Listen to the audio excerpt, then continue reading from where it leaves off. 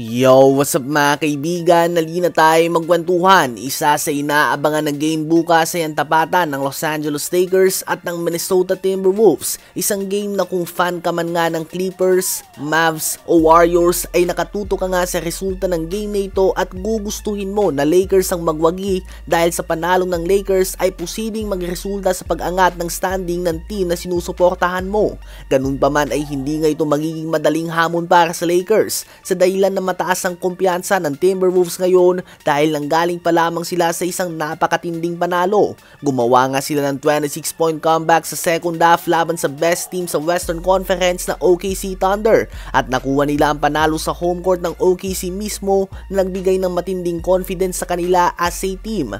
Ngayon ay makakarap nila ang Lakers team na may solid na standing at nasa posisyon na makipag-agawan sa number 2 seed ng Western Conference. Ang Lakers ay may record na 13 wins and 3 losses sa kanilang last 16 games at nasa magandang rhythm nga sila ngayon. Habang tumatagal din ay mas nagiging komportable lang ang trio ni Luka Doncic, Austin Reeves at LeBron James na wala pang tawag sa ngayon. Exciting ang matchup ni Luka at ni Ant-Man na huli nating nakita noong West Finals at hindi malabon magkita sila sa first round ng playoffs kung magpapatuloy ang ganito kadikit na standing sa West. As of now nga mga kaibigan ay hindi sila malabon na magkita as 2-7, 3-6 or 4-5 sa playoffs. Sino ba sa palagay nyo magwawagi sa tapatan na ito ng Lakers at ng Timberwolves? Habang kanina naman ay pinutol na ng Detroit Pistons ang 6 na magkakasunod na panalo ng Boston Celtics at in-extend naman nila ang kanilang magkakasunod na panalo sa 8 matapos tambakan nila ang reigning champion sa score na 117-97.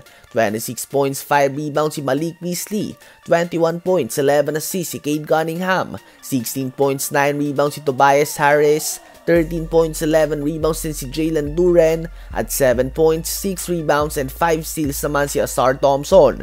Ang napakatindi nga na opensa ng Celtics ay nalimit nga nila sa below 100 points. Ang Pistons sa ngayon ay pang-6 sa Eastern Conference. Subalit ang 5th seed Milwaukee Bucks ay Denver Nuggets ng kalaban bukas. At kung matatalo nga ito dito ay aangat ang Pistons sa 5th seed at 2 game lang din ang pagitan nila sa 4th seed Indiana Pacers. Kung may pagpapatuloy nga ito ng Pistons, asahan na papasok sila sa playoffs na may home court advantage sa first round dito.